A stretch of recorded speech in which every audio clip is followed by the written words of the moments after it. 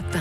Il est 8h39, Patrick Cohen. Et ils étaient forts, Poiré et Serrault. Le fin mot de l'info. Bonjour Raphaël Antoven. Bonjour Patrick, bonjour à tous. Au lendemain des manifestations et de la grève des fonctionnaires, vous revenez sur l'expression de coup d'état social dont la France insoumise et Jean-Luc Mélenchon ont fait leur slogan depuis le début des mouvements sociaux contre les ordonnances du gouvernement sur le code du travail. Oui, à première vue, coup d'état social est une expression étrange. Comment parler d'un coup d'état quand le pouvoir est parfaitement élu?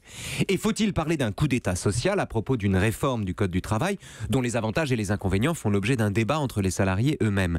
Donc soit l'expression n'a aucun sens, soit elle est excessive.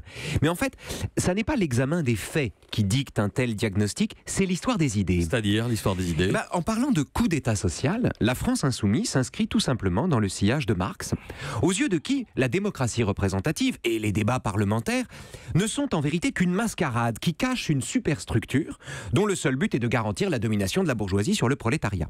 Pour le dire simplement, les partis qui font semblant de s'engueuler dans l'arène capitonnée du Parlement ne sont en vérité que les gardiens des intérêts des nantis.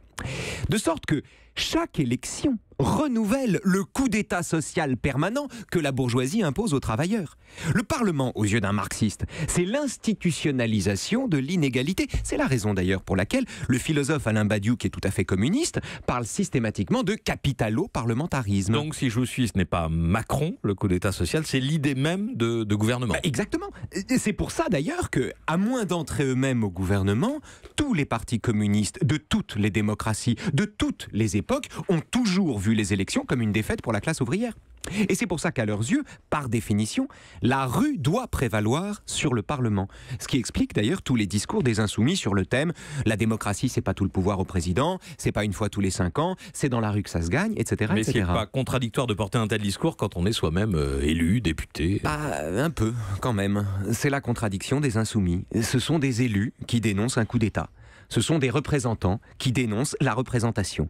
Ils vont à l'Assemblée, mais ils y vont sans cravate. Ils sont dedans et dehors à la fois, un pied sur la moquette et un pied dans la rue. Ils claquent la porte, mais ils restent à l'intérieur. Et ils voudraient tenir de l'intérieur le discours de l'extériorité.